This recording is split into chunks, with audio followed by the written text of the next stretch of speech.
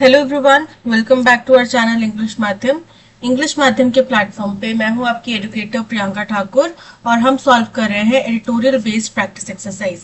Start करते हैं आज का session with thought of the day, that is live the life you love और love the life you live. यानी कि या तो आप मेहनत करो और जो जीवन आप जीना चाहते हो, जैसे जिंदगी आप एक्सपायर करते हो कि मैं ऐसी जिंदगी जीना चाहता हूं, तो उसके लिए आप मेहनत करो, ठीक है, आप प्रयत्न करो। या फिर जो आपके पास है, अगर आप मेहनत करने से डरते हैं, हिचकिचाते हैं, आपको लगता है कि आपने बहुत मेहनत कर ली, तो फिर जो आपके पास है, जैसा है, आप उसको एक्सेप्ट करो और खुश रहो। ठीक है, अगर खुशी नहीं मिल रही है, संतुष्टि नहीं मिल रही है, तो जो चाहते हो हासिल करना वो हासिल करने की कोशिश करो। ठीक है, चलिए स्टार्ट करते हैं reading comprehension and practice exercise for SSC CGL 2024। तो आज जो हम टॉपिक का डिस्कस कर रहे हैं वो उसका नाम है स्टे द कोर्स, यानी कि मतलब डटे रहना। अपना जो भी आपने चीज करने की सोच रखी है, ठान रखी है, आप उस पर डटे रहो। ठीक है, चलिए। With the south west monsoon drawing to a close मतलब समाप्त होने की कगार पर है, निकट है। ठीक है, तो अब जैसे जैसे साउथ वेस्ट मानसून समाप्त होने की कगार पर है, north India particularly the state in the Indo Gangetic plains, north India खास तौर पे जो इंडो गैंजेटिक प्लेन्स है, यानी कि जो गंगा वाला इलाका है, उसमें जो स्टेट्स हैं उनकी खास तौर पे बात करें, brace themselves for annual spike. Brace मतलब तैयार करना, तो तैयार किस चीज के लिए हो रहे हैं वो? एनुअल स्पाइक्स, साल में जब एक बार स्पाइक वृद्धि होती है इन विंटर पॉल्यूशन, सर्दियों के पॉल्यूशन में, उसके लिए तैयार कर रहे हैं खुद को। अर्लियर दिस वीक, इस हफ्ते से पहले, जैसे कि हमने एक दो हफ्ते पहले या लास्ट वीक शायद हमने एक टॉपिक डिस्कस करा था, वही पराली जलाने वाली जो घटनाएं थी उनके ऊपर। ठीक है, तो वो बता रहे हैं कि इस हफ्ते पहले भी क्या हुआ है। A top functionary in Prime Minister's office convened a meeting with representatives. Top functionary मतलब उच्च अधिकारी, ब्यूरोक्रेट्स तो होते हैं उच्च तबके के, तो वो अधिकारी जो कि प्राइम मिनिस्टर ऑफिस में काम करते हैं, उन्होंने कन्वीन करा मतलब बुलाया, बैठक बुलाई। ठीक है, मीटिंग कन्वीन करी मतलब बैठक बुलाई। किसकी? Representatives from Delhi, Haryana, Punjab, Rajasthan, Uttar Pradesh, along with the heads of several ministries in Delhi। यानी कि दिल्ली के रिप्रेजेंटेटिव्स, हरियाणा, पंजाब, राजस्थान, उत्तर प्रदेश, इनके रिप्रेजेंटेटिव्स बुलाए। अब इनके क्यों बुलाए? क्योंकि इन सभी राज्यों का जो पोल्यूशन है, दिल्ली इन सभी राज्यों का केंद्र है, इन सभी राज्यों के बीचों बीच है, और इन सभी राज्यों का जो पोल्यूशन है वो हवाओं की वजह से जो भी तापमान बनता है, रीजन लो लेवल का रीजन बनता है, हाई लेवल का रीजन बनता है, एयर का जो डेंसिटी होती है उसके अकॉर्डिंग, तो ये दिल्ली में आ जाती हैं सारी हवाएं। तो बोल रहे हैं कि यहाँ पे, और फिर दिल्ली के कुछ और मिनिस्टर्स जो हैं, हेड ऑफ सेवरल मिनिस्ट्रीज के जो हेड्स हैं, उनको भी बुलाया गया, मीटिंग करेगी।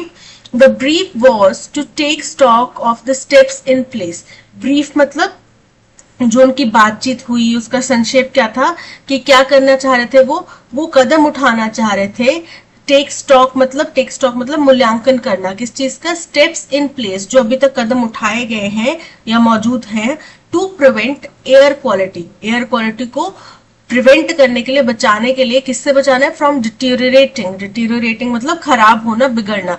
कैटेस्ट्रॉफिकली मतलब एक बहुत ही विनाशकारी रूप से, तो विनाशकारी रूप से दिल्ली की हवा खराब हो, उसकी स्थिति खराब हो, उससे बचाने के लिए क्या क्या कदम उठाए जा रहे हैं, उनका यहाँ पे मूल्यांकन किया गया। While pollution from vehicular emission क्या हो गया? गाड़ियों का धुआं, राइट। तो बोल रहे हैं कि जो वाहनों से जो धुआं निकलता है उससे जो पोल्यूशन होता है, रोड से, कंस्ट्रक्शन डस्ट से, सॉलिड वेस्ट मैनेजमेंट से और डीजल सेट से, have over the years been counted as key sources of emission. इनको कई सालों से मुख्य एमिशन का मुख्य सोर्स माना जा रहा था कि इन्हीं से पोल्यूशन होता है, इन्हीं से सारा एमिशन आता है। The burning of paddy stubble in Punjab and Haryana is known to be responsible for as much as 40% of the pollutant load during October and November. तो इतने कई सालों से तो इनको मुख्य कारण बताया जा रहा है। लेकिन जो पंजाब और हरियाणा में पैडी यानी कि जो पानी में होने वाली फसलें होती हैं, जैसे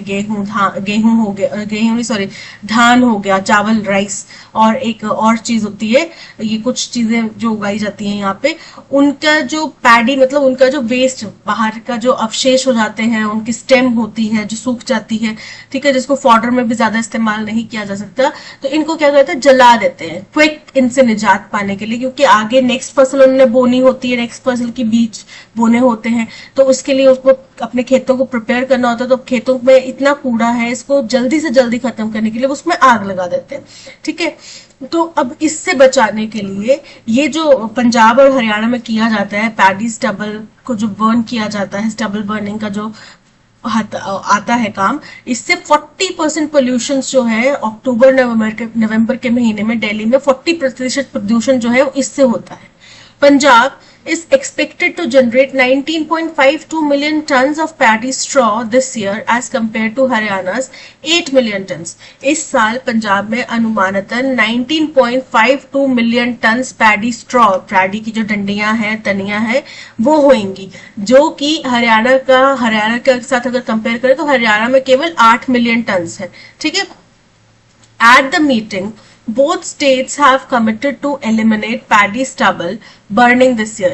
तो मीटिंग में दोनों ही स्टेट्स ने अपना कमिटमेंट, अपना वायदा रखा कि भाई हम इस बात के लिए अग्रसर है कि हम इस साल पूरी तरीके से पैडी स्टबल को एलिमिनेट कर, उसको बर्न करना से रोक देंगे, एलिमिनेट कर देंगे। To be sure, last November, the Supreme Court of India had expressly ordered that such burning completely ceases. और सुनिश्चित होने के लिए, श्योर होने के लिए हमें ये भी पता है कि पिछले साल नवंबर में सुप्रीम कोर्ट ने एक्सप्रेसली, साफ तौर पे, स्पष्ट तौर पे ये कहा था कि इस तरीके की बर्निंग जो है वो कंप्लीटली सीज, यानी कि कंप्लीटली रोक दी जानी चाहिए। ठीक है, this year it has demanded to know from the center the steps that have been taken to address the problems. तो इस साल उन्होंने क्या किया, किसने, इट मतलब सुप्रीम कोर्ट। तो किसको रेफर किया जा रहा है, सुप्रीम कोर्ट को रेफर किया जा रहा है कि इस साल सुप्रीम कोर्ट ने केंद्र से डिमांड करा है, उनसे पूछा है कि बताओ क्या क्या कदम उठाए गए हैं इस समस्या से निपटने के लिए, इस समस्या को एड्रेस करने के लिए। Whether the states can comply remains to be seen. अब स्टेट्स इस बात का पालन करते हैं कि नहीं करते हैं वो तो बात की बात है, रिमेन्स टू बी सीन मतलब देखे जाने वाली बात है, बात की बात है, लेकिन पहले केंद्र तो बता दे कि भाई आपने क्या क्या कदम उठाए हैं। The harvest season of 2023 saw 59% fall in the number of stubble burning incidents in Punjab. अब अगर 2023 की बात करें तो 2023 का जो हार्वेस्ट सीजन था, फसल कटाई का सीजन था, उस टाइम पे स्टबल बर्निंग के इंसिडेंट्स पंजाब में 59% गिर गए। फॉल मतलब गिर जाना, उनमें कमी आई। और वहीं कंपेयर टू 2020, अगर इसको 2022 के कंपैरिजन में देखें, in Haryana it dipped by 40%, Haryana में इसमें 40% की गिरावट आई, but Uttar Pradesh saw a 30% rise. लेकिन इन दोनों ही स्टेट्स के विपरीत उत्तर प्रदेश में 30% का इजाफा हो गया, वहां पे और ज्यादा स्टबल बर्निंग की घटनाएं हुई। Despite the solutions to address the problem being known, हालांकि हमें पता है कि हमारे पास क्या इसके समाधान है, क्या समस्या है, इसका समाधान क्या है, हमें सब पता है। Create economic incentives as well as punitive measures to prevent straw from being burned. और क्या है कदम, पहला कदम है इकोनॉमिक इंसेंटिव्स देना। इकोनॉमिक इंसेंटिव्स मतलब कि जो व्यक्ति अपनी फसल को सही तरीके से, उसके रेजिड्यू को यूटिलाइज करता है, सही तरीके से उसको डिस्पोज करता है, उससे निजात पाता है बिना उसको जलाए, तो उसको इंसेंटिव मिलेगा। ठीक है, किसी तरीके का फाइनेंशियल उसको इंसेंटिव मिलेगा। बिजली में हो सकता है छूट मिल जाए, पानी के खर्च में छूट मिल जाए, या फिर कुछ पैसे उसको दिए जाए, मतलब कुछ उसको फाइनेंशियल एड मिलेगी। वहीं सजा का प्रावधान होना चाहिए, यानी कि जो लोग भी ये जलाते हैं पराली, उनको सजा मिलेगी। तो इस तरीके की ये दो कदम है जो हम लगा सकते हैं, लागू कर सकते हैं। इम्प्लीमेंटेशन रिमेन्स अ चैलेंज, लेकिन इसको लागू करना एक बहुत बड़ी समस्या है। जैसा कि हमने पिछले भी टॉपिक में पढ़ा था, पिछली बार भी पढ़ा था कि जो फार्मर यूनियंस है उन्होंने वार्न करा है कि अब कोई भी बलपूर्वक उपयोग यहाँ पे ना करे। ठीक है, सरकारों को उन्होंने वार्न करा है। और जाहिर सी बात है, ऐसा नहीं कि सरकारें डरती हैं, डरती नहीं है, बट मिसमैनेजमेंट तो कोई भी सरकार नहीं करना चाहेगी ना। अगर वो पहले प्रयास यही करेंगे कि भाई हम प्यार से समझाएं, ऐसा रौब दिखा के कि मैं सरकार हूं, तुम्हें मेरी बात माननी पड़ेगी, है ना, तो ऐसे तो काम नहीं चलेगा। तो उन्होंने भी बोला है कि आप बलपूर्वक प्रयोग ना करें।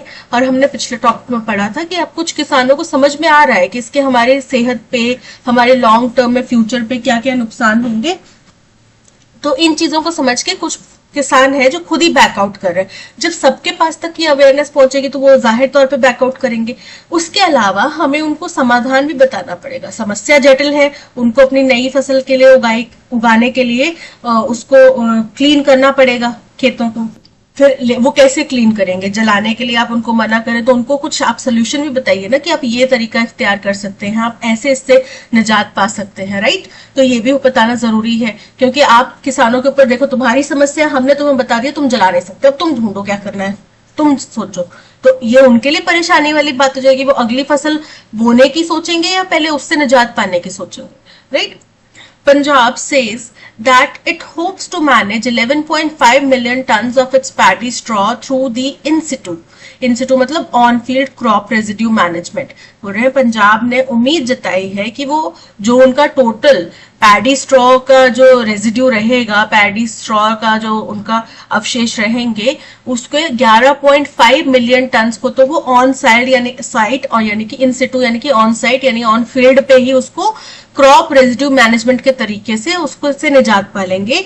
And the rest via ex situ method. Ex situ मतलब ऑफ फील्ड, बाहर कहीं ले जाके, किसी फैक्ट्री में ले जाके, किसी और जगह पे ले जाके उसका समाधान करेंगे, उससे निजात पाएंगे। Similarly, Haryana will manage 3.3 million tons in situ and use ex situ methods for the remainder. और इसी प्रकार से हरियाणा 3.3 मिलियन टन को तो खेतों में नष्ट कर देगा और बाकी जो बचे होंगे उनको ex situ methods में लगाएगा। In addition to this, 2 million tons of paddy straw would be co-fired in 11 thermal power plants across the NCR region. और इसके अलावा 2 मिलियन टन पैडी स्ट्रॉ जो है वो दिल्ली एनसीआर का जो इलाका है वहां के thermal power 11 thermal power plants में को फायर की जाएगी। को फायर मतलब co firing refers to turning the straw into pellets that can be used as a source of carbon. Co firing का मतलब है कि जो स्ट्रॉ है उसको हम पैलेट्स में कन्वर्ट करेंगे। पैलेट्स यानी कि छोटे छोटे इस तरीके के गट्ठड़ में उनको कन्वर्ट करेंगे जिनको की कार्बन सोर्स की तरह इस्तेमाल किया जाएगा। Experience over the years show that several of these machines are not available to farmers when required. तो पिछले कई सालों के हमारे एक्सपीरियंसेस हमें ये बताते हैं कि इनमें से कई मशीनें जो है किसानों के पास में उपलब्ध नहीं होती जब उनको इसकी रिक्वायरमेंट होती है, जरूरत होती है। दैट मीन्स अभी सरकार बोल तो रही है कि हम ऐसे करेंगे ऐसे करेंगे ऐसे करेंगे, लेकिन उस टाइम पे एट द मोमेंट जब एक्चुअल एक्शन का वक्त होता है उस टाइम पे कोई ना कोई समस्या उत्पन्न हो सकती है, या फिर हो सकता है कि उनके पास में ये थर्मल पावर प्लांट्स इतने इफेक्टिवली काम ना कर रहे हों, कुछ प्रॉब्लम आ जाए, या फिर जो बोल रहे ऑन साइट डिस्ट्रॉय करेंगे, ऑन साइट उसको यूटिलाइज करेंगे वेस्ट मैनेजमेंट करके, तो वो कैसे करेंगे, उसकी जो मशीन्स हैं या केमिकल्स हैं वो अवेलेबल नहीं होते। तो कुछ समस्याएं यहाँ पे पिछले कई सालों से रहती आई हैं। अब देखते हैं कि आगे इस साल कैसे वो काम करते हैं प्रभावशाली ढंग से। While using the straw in power plants has often been touted as a solution. हो रहे हैं अब कई बार ऐसा हुआ है कि जो पावर प्लांट्स में स्ट्रॉ को इस्तेमाल किया जा रहा है इसको बढ़ावा दिया जाता है कि ये अच्छा सोल्यूशन है। There is no well oiled system in place to transport straw from field to plant. लेकिन कोई भी ऐसा वेल ऑयल्ड मतलब सुचारू रूप से चलने वाला ऐसा कोई भी ट्रांसपोर्ट सिस्टम नहीं है जो खेतों से स्ट्रॉ को लेके प्लांट्स तक जाए। अब प्लांट्स वाले जो है वो खुद तो जाएंगे नहीं कि भाई आप दो अलग अलग खेतों में जाके, किसान भी एक एक करके अपने लेकर जाएंगे अगर, तो उनको भी ट्रांसपोर्टेशन कॉस्ट पड़ेगी। तो वही है कि अगर आप सोल्यूशन बता रहे हैं तो आपको प्रॉपर सोल्यूशन बताना पड़ेगा, या तो इस तरीके की यूनियन बनाए जहां पे अपना अपना किसान लेकर जाए अपना स्ट्रॉ और वहां पे दे दे, जो उनको ट्रांसपोर्टेशन कॉस्ट जो है थोड़ी किफायती मिल जाए, राइट। और फिर उसको आगे वो ट्रांसपोर्टेशन वाला जो बंदा है या जो भी ऐसे ऑर्गेनाइजेशन आपने बनाई है वो आगे जाके प्लांट्स में डिस्ट्रीब्यूट करे, राइट। तो ये आपको एक प्रॉपर चैनल बनाना पड़ेगा। The causes of the pollution crisis are multi-layered and will yield results only gradually. तो बोल रहे हैं कि जो पोल्यूशन की समस्या है इसके जो जड़ है, कॉजेस है, कारण है, वो मल्टी लेयर्ड है, यानी कि केवल किसान फील्ड में, उसकी फील्ड में आप उसको नष्ट कर दो और उसको बता दो कि यहाँ पे आपने करना है, वो सोल्यूशन नहीं है। उसके पास, किसान के पास फिर दूसरी समस्या आ जाएगी कि वो ट्रांसपोर्टेशन कैसे अवेलेबल करवाएगा, उसकी कॉस्ट आउट ऑफ बजट ना हो जाए। ठीक है, उसको इसकी भी कॉस्ट बेयर करनी पड़ेगी, उसको आगे किस किस चीज की कॉस्ट बेयर करनी पड़ेगी। तो मल्टी लेयर्ड प्रॉब्लम है और इसका अगर हमें रिजल्ट चाहिए तो वो धीरे धीरे मिलेगा। आप एक दिन में उठ के सोचो कि मैंने सब समाधान कर दिया, वैसा नहीं होगा। The states and the center must set aside political differences and stay the course collectively। यानी कि स्टेट और सेंटर को अपने जो मतभेद हैं उनको अलग रखना पड़ेगा और उनको क्या करना पड़ेगा, इस पे स्टे द कोर्स मतलब डटे रहना पड़ेगा, कलेक्टिवली एकजुट होके इस पूरे जो उन्होंने सोचा हुआ है, प्लानिंग करी है, उसके ऊपर डटे रहना पड़ेगा। ठीक है, तो ये था पैसेज। आई होप आपको समझ में आया होगा क्यों ये इतनी बड़ी समस्या बने हुए, क्योंकि इससे बहुत ज्यादा हेल्थ इश्यूज होते हैं। एयर पोल्यूशन, क्वालिटी जो है एयर की वो खराब होती है, बहुत ज्यादा डिटेरियोरेटिंग हो जाती है सिचुएशन। और खास तौर पे जो ऑलरेडी बीमार लोग हैं, हार्ट पेशेंट हैं, एस्थमा के मरीज हैं, उनके लिए स्थिति बहुत ज्यादा गंभीर हो जाती है। अब हर कोई तो इतना लग्जरी अफोर्ड नहीं करता कि भाई जब ऐसा मौसम हो या ऐसी स्थिति हो, समस्या हो, तो अपना काम धाम छोड़ के अपने बीवी बच्चों को लेके पहाड़ी इलाकों में चला जाए 2-3 महीने के लिए। इतना तो हर कोई अफोर्ड नहीं कर सकता। तो सरकार के ऊपर हम निर्भर करते हैं कि वो कुछ ऐसी प्लानिंग करे, इस तरीके के अवेयरनेस कैंपेन्स चलाए जिससे कि ये समस्या जड़ से खत्म हो जाए। ठीक है, तो उसी का एक समाधान यहाँ पे दिखने मिला है कि पंजाब हरियाणा में इसके सोल्यूशंस देखे जा रहे हैं। पिछले साल भी दोनों ही स्टेट्स में कुछ कमी आई है, 40%, 59-60% इससे कमी आई है, बट इसके विपरीत उत्तर प्रदेश में बढ़ोतरी हुई है। ठीक है, इसके अलावा कमी आने के साथ साथ में अब सुप्रीम कोर्ट ने भी वार्निंग दे चुके हैं कि भाई आपको बिल्कुल खत्म करना पड़ेगा, और उन्होंने सेंटर से डिमांड करा है कि आप बताओ आपने क्या कार्रवाई की है। अब उन्होंने बोला कि भाई स्टेट्स ने आपके प्लान्स का पालन किया नहीं किया वो हम बाद में देखेंगे, पहले हमें आप बताओ कि आपने क्या कार्रवाई करी है, आपने क्या एक्शन लिए हैं, फिर हम बाद में स्टेट से पूछेंगे कि आपने क्यों कंप्लाई नहीं करा, पर पहले आप हमें जवाब दो। तो उसके लिए मीटिंग रखी गई, उसमें पूछा गया स्टेट से कि भाई बताओ क्या क्या एक्शन लिए हैं, क्या क्या कार्रवाई हुई है। तो इस वक्त को तो सरकारें जो है सारी कमिटेड हैं कि भाई हम ये करेंगे और हम अपना टारगेट लेके चल रहे हैं कि इस साल हम बिल्कुल इसको खत्म करने की कोशिश करेंगे। उसके लिए प्लानिंग है कि कुछ को ऑन साइट हम लोग डिस्ट्रॉय करेंगे और कुछ को डिस्ट्रॉय करेंगे इन द सेंस उसको खराब नहीं करना, उसको वेस्ट मैनेजमेंट के जरिए से सही यूटिलाइज करेंगे, और कुछ को ऑफ साइट करेंगे। फिर एक थर्मल प्लांट से भी उनको पैलेट्स की तरह इस्तेमाल किया जाता है, कार्बन सोर्स की तरह, तो उसका भी एक ऑप्शन दिया गया है कि ये भी हम कर सकते हैं। लेकिन उसमें समस्या ये आती है कि किसान कैसे अपना जो भी मटीरियल है उसको लेके कैसे प्लांट्स तक पहुंचेंगे, उनको क्या फायदा होगा, कहीं उनको ट्रांसपोर्टेशन इतना ज्यादा ओवर पावर ना कर जाए कि भाई ट्रांसपोर्टेशन कॉस्ट जो है वो उनके आउट ऑफ बजट होती जा रही है। तो ये सारे कुछ समस्या हैं जो सुलझानी अभी बाकी है। बोला कि ये एक पहलू के ऊपर आप नजर देखकर कि भाई बस उनको मना कर दिया हमने कि आपने नहीं करना है, सिर्फ ये बोल के आप अपने पल्ला नहीं झाड़ सकते। मल्टी लेयर्ड प्रॉब्लम है, इसका सोल्यूशन भी मल्टी लेयर्ड होगा और थोड़ा टाइम टेकिंग होगा, धीरे धीरे होगा सोल्यूशन, एक दिन में उठ के नहीं हो सकता। ठीक है, चलिए क्वेश्चन नंबर 1 की तरफ चलते हैं। What was the primary purpose of the meeting convened by the Prime Minister's office with representatives from Delhi, Haryana, Punjab, Rajasthan and Uttar Pradesh? तो इस मीटिंग का उद्देश्य क्या था? वो डिस्कस करना चाहते थे ना कि दिल्ली में एयर क्वालिटी खतरनाक तरीके से खराब हो, उससे पहले हमने क्या कदम उठाए हैं उसको बचाने के लिए। To discuss the construction of new highways in the region. Incorrect है। To assess the steps taken to prevent catastrophic air quality deterioration in Delhi. बिल्कुल correct है, option B is correct. Why is the burning of paddy stubble considered a significant problem during October and November in the Indo-Gangetic Plains? क्यों Indo-Gangetic Plains में ये समस्या है? क्योंकि यहाँ पे ये इस इलाके में होने वाले पोल्यूशन का 40% पोल्यूशन इसकी वजह से होता है। It produces harmful greenhouse gases that cause global warming. इसकी तो अभी इस टॉपिक से जुड़ा हुआ, पैडी स्टबल बर्निंग से जुड़ा हुआ जो ग्रीन हाउस गैसेस के ऊपर इफेक्ट पड़ेगा, ग्लोबल वार्मिंग के ऊपर इफेक्ट पड़ेगा, उसको तो भी हम टच भी नहीं कर रहे। अभी तो केवल हम अपने लोगों की सेहत, अपने यहाँ की एयर क्वालिटी की बात कर रहे हैं। ठीक है, तो ये इनकरेक्ट है। It is the primary cause of vehicular traffic in region. तो vehicular traffic इसकी वजह से तो नहीं होता। हाँ, फॉग की समस्या जरूर होती है जिससे कि विजिबिलिटी कम हो जाती है। It contributes up to 40% of the pollutant load during these months. बिल्कुल करेक्ट है, option C is correct. What step has the Supreme Court of India taken regarding the burning of paddy stubble in Punjab and Haryana? तो उन्होंने clearly बोला है, clear instruction दिए हैं कि भाई आप इसको बिल्कुल सीज कीजिए। सीज कीजिए मतलब बिल्कुल बंद, ये नहीं कि इतना परसेंट बंद हो गया, 5% बंद हो गया, 15% बंद हो गया ना, बिल्कुल बंद। It has increased the penalty of stubble burning to reduce air pollution. Incorrect है। पेनल्टी की बात सुप्रीम कोर्ट ने नहीं बोली। सुप्रीम कोर्ट ने बोले कि आप बंद करो, आप जैसे मर्जी बंद करवाओ, लेकिन अब करवाओ।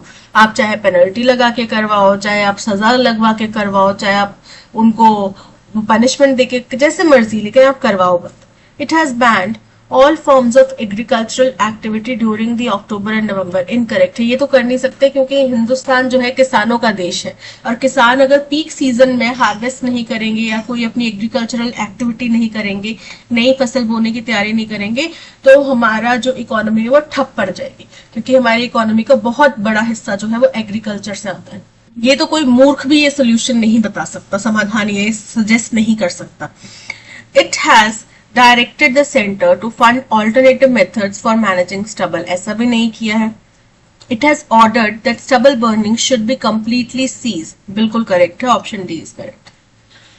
क्योंकि ऑल्टरनेटिव मेजर्स लेने हैं, सीधे मेजर लेने हैं, वो आपका ऊपर है। उन्होंने केंद्र को बोला कि आप बंद करवाओ, जैसे मर्जी करवाओ। अब उनने इसीलिए केंद्र से संज्ञान भी लिया है कि बताओ आपने क्या कदम उठाए। तो अगर अब केंद्र बोलता है कि भैया हम स्टेट्स ने नहीं माना, ये नहीं माना, तो उन्होंने बोले कि हम स्टेट्स की बात बाद में करेंगे, स्टेट्स ने माना नहीं माना वो हम देख लेंगे, आप अभी तो हमें बताओ कि आपने कदम क्या उठाए हैं। What is the most likely reason for the persistence of stubble burning incidents in Uttar Pradesh despite the decrease in other states? तो बोल रहे हैं कि बाकी स्टेट्स में तो कम हुआ थोड़ा थोड़ा, कि स्टबल बर्निंग की घटनाएं थोड़ी कम हुई, लेकिन उत्तर प्रदेश में बढ़ी क्यों? क्या कारण है कि उत्तर प्रदेश में बढ़ी? क्या हो सकता है कारण? चलिए देखते हैं। Farmers in Uttar Pradesh are not provided with sufficient machinery and incentives for in situ and ex situ crop residue management. Possibility है, क्योंकि हमने पंजाब हरियाणा की तो बात करी कि वहां पे इस तरीके के ऑप्शन दिए गए हैं, इस तरीके का सजेशन या सुझाव दिए गए हैं, या इस तरीके से कार्रवाई कर रहे हैं, पर उत्तर प्रदेश के बारे में हमने ये चीज नहीं पढ़ी। ठीक है, तो इस चीज की संभावना है। Uttar Pradesh has different climatic conditions that make stubble management more challenging. ऐसा तो नहीं है कि वहां के कुछ अलग ही वातावरण है तो वहां पे हम स्टबल मैनेजमेंट नहीं कर सकते, ऐसा तो नहीं हो सकता ना। The state government in Uttar Pradesh is not actively enforcing punitive measures against stubble burning. ये भी करेक्ट नहीं है, क्योंकि जब केंद्र से आदेश हो चुका है तो स्टेट गवर्नमेंट उसको मना नहीं कर सकते। Farmers in Uttar Pradesh have a cultural preference for stubble burning over other methods of residue management. कि उनके कल्चरल प्रेफरेंस है, उनके कुछ रीति रिवाज है, उनके कल्चर में ये है, तो इसलिए वो स्टबल बर्निंग को रोक नहीं सकते। ऐसा भी नहीं है, यानी कि सबसे सपोज्ड या लाइकली आंसर क्या है? Option A. Option A is correct. The methods of handling crop residue directly on the field is known as in situ. In situ मतलब on site, ex situ मतलब off site. तो ex situ management नहीं, co-digestion no, composting incorrect, in situ option C is correct. It's not without reason that revisions in class 12 political science textbook have led to a hue and cry. Hue and cry मतलब कि बहुत ज्यादा शोर शराबा, बहुत ज्यादा विरोध, बहुत ज्यादा हो हल्ला। तो बोल रहे हैं कि ये कोई ऐसा नहीं कि बिना कारण के ही 12th क्लास के पॉलिटिकल साइंस के टेक्स्ट बुक्स के जो चैप्टर्स हैं, जो कोर्स है, उसमें अगर आपने कुछ रिविजन किया है तो उसको बिना वजह शोर शराबा नहीं हो रहा, कुछ ना कुछ उसके पीछे कारण है। Periodic revision of learning material is par for the course.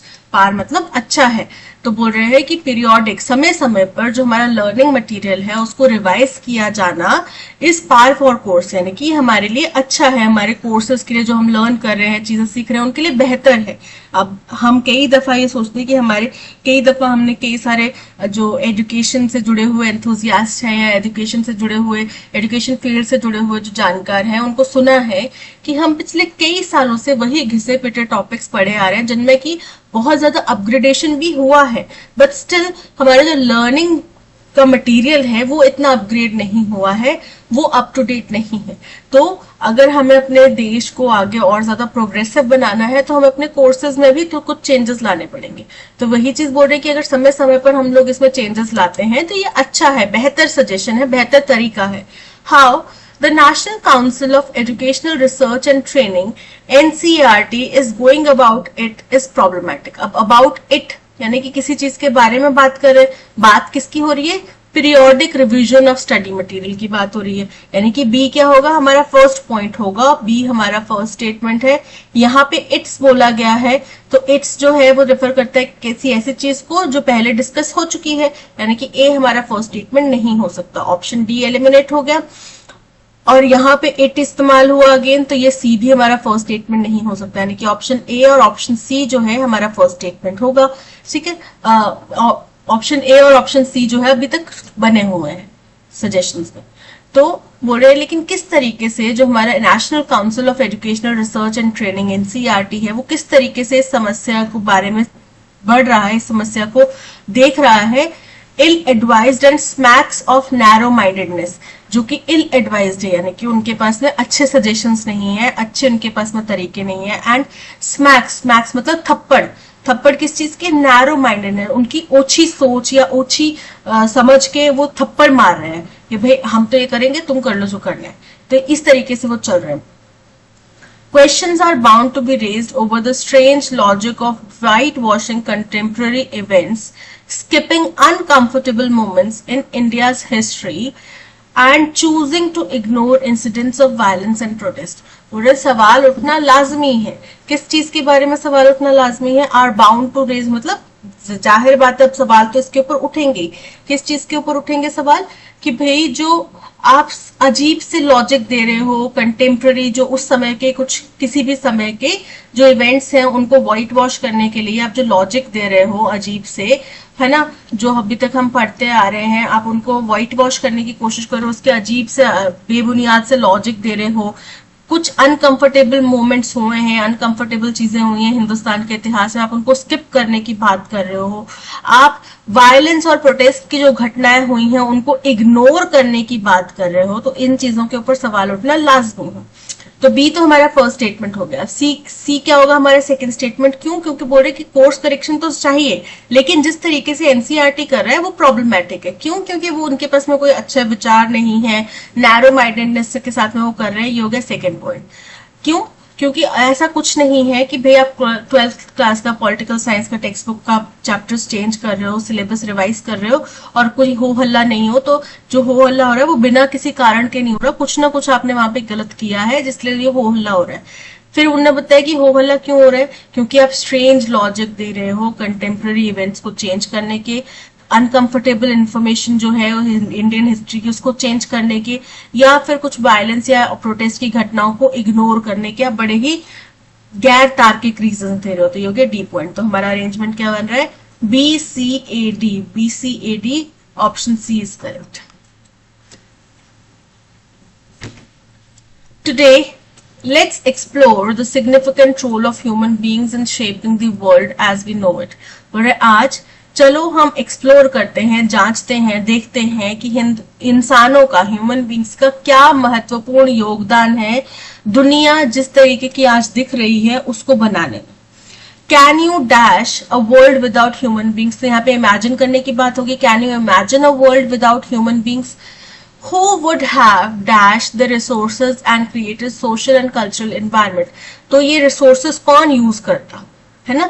ये एक सोशल सामाजिक जो परिवेश है, कल्चरल एनवायरनमेंट है, कौन बनाता अगर इंसान नहीं होते? The people are dashed to develop the economy and society। The people are believed to develop, हो सकता है कि उन्होंने इकोनॉमी बनाई, उन्होंने सोसाइटी बनाई। The people make and use resources and are themselves resources with dash quality। तो बोल रहे हैं कि लोग जो हैं वो रिसोर्सेज यूज करते हैं और बनाते हैं और यूज करते हैं और खुद भी resources with dash quality, high quality हो सकता है कि वो खुद भी एक रिसोर्स होते हैं हाई क्वालिटी के।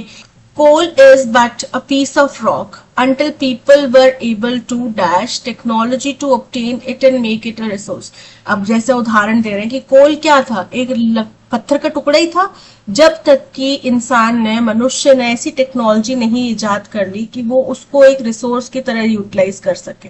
तब तक कोल क्या था हमारे लिए, एक पत्थर का टुकड़ा ही था।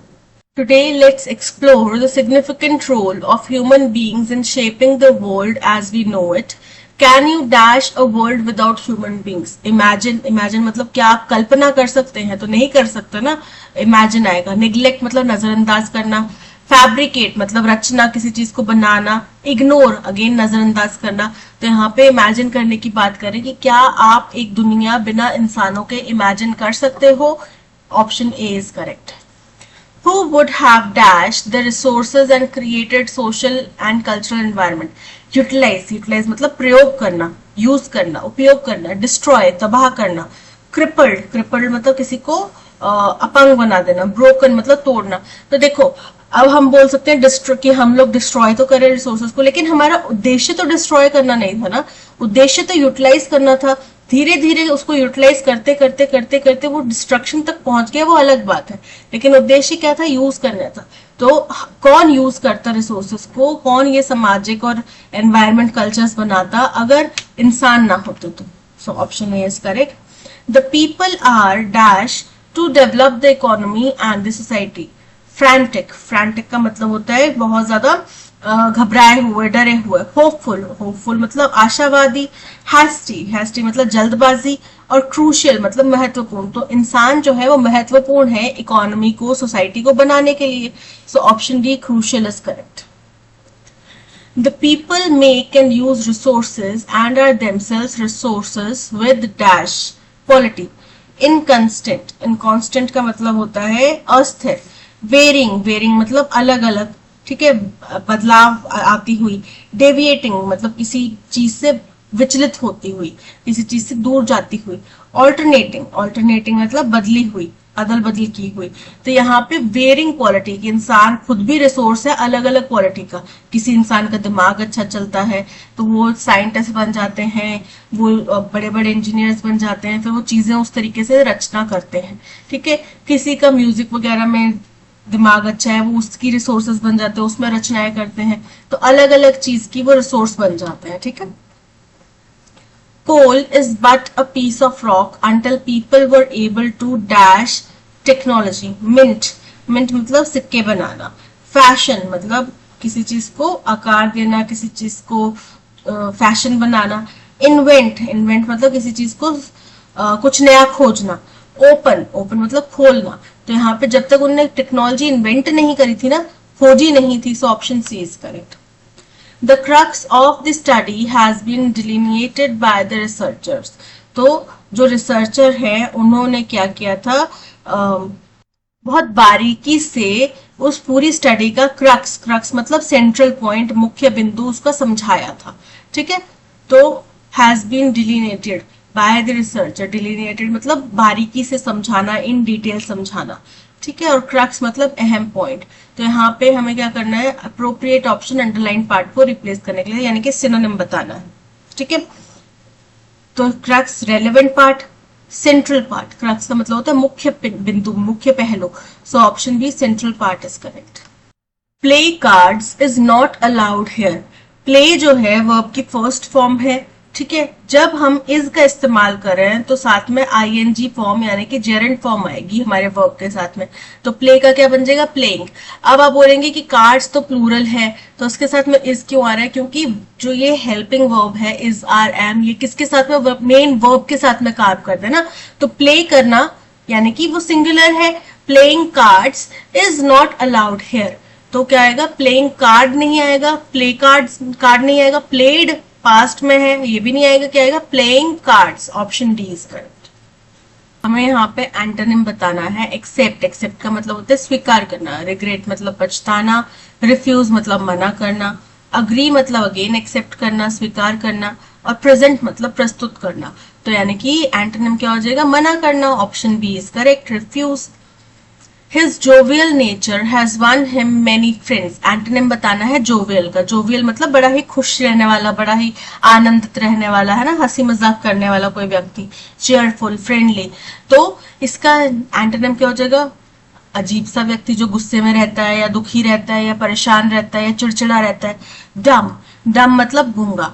कनिंग मतलब चालाक। श्रूड मतलब चतुर। मिजरेबल मतलब दुखी। तो ये हैप्पी है, ये दुखी है, तो एंटोनिम क्या हो जाएगा? दुखी। Option D is correct.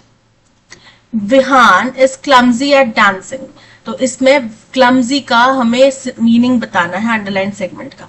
Clumsy मतलब बड़ा ही अजीब सा हो, मतलब बेढंगा सा हो, गिरता पड़ता रहता है, चीजें सही से नहीं कर पाता, तो वो डांस करने में बड़ा क्लमजी है, अजीब है, बेढंगा है। हैवी ड्यूटी, हैवी ड्यूटी नहीं है। इजी हैंडेड, आसानी से करने वाला भी नहीं। ऑल थम्स, ऑल थम्स मतलब clumsy. Option C is correct. When I got an opportunity to start a new business, Ravikant queried my pitch.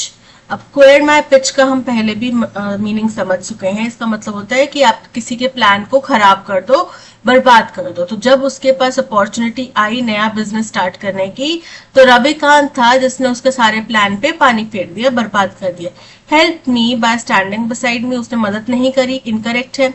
Advised me, सलाह नहीं दी। ruined my plan, option C is correct. Absurd, absurd का मतलब होता है बेतुका, ठीक है, कोई रीजनेबल चीज नहीं है। एंटोनिम क्या हो जाएगा? रीजनेबल। तो अनरीजनेबल होता है एब्सर्ड, यानी कि रीजनेबल क्या हो गया? सिनोनिम, तर्क संगत। Option A is correct. Foolish, मूर्ख। नॉनसेंसिकल मतलब जिसमें कोई मीनिंग नहीं निकल रहा, सेंस नहीं निकल रहा। एब्सर्ड या इनसेन, पागल। तो यहाँ पे option A reasonable is correct. The police issued a warrant to the criminals. Police ये वाला वारंट इशू करती है, WARRANT, वारंट इशू करती है। मूवीज तो हम सबने देखी हैं, तुम्हारे खिलाफ अरेस्ट वारंट निकला है या अरेस्ट वारंट लेकर आना। तो वारंट के स्पेलिंग कभी सोचे हैं? याद है क्या होते हैं? WARRANT, option D is correct. Lazy मतलब आलसी।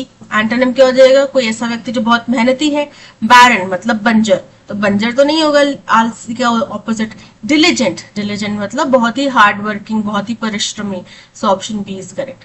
हेल्पफुल मतलब मददगार, जो मदद करता है। जेन्युइन, जेन्युइन मतलब अच्छा, ऑनेस्ट, वास्तविक। So option B diligent is correct. Change, change मतलब बदलना, बदलाव। इसका सिनोनिम क्या आएगा? फर्स्ट है एडजस्ट। तो एडजस्ट तो मतलब होता है उसके अनुरूप ढलना, उसके अनुरूप किसी चीज के अनुरूप खुद को एडजस्ट करना, खुद को चेंज करना, ढलना। रिन्यू, रिन्यू मतलब नया करना। ऑल्टर, ऑल्टर मतलब वही कुछ बदलना, चेंज करना। और रेजोल्यूट, रेजोल्यूट मतलब दृढ़ निश्चय वाला। सो ऑप्शंस, क्योंकि हम साल के शुरुआत में क्या करते हैं? रेजोल्यूशंस डिसाइड करते हैं। So option C, alter is the correct synonym for change.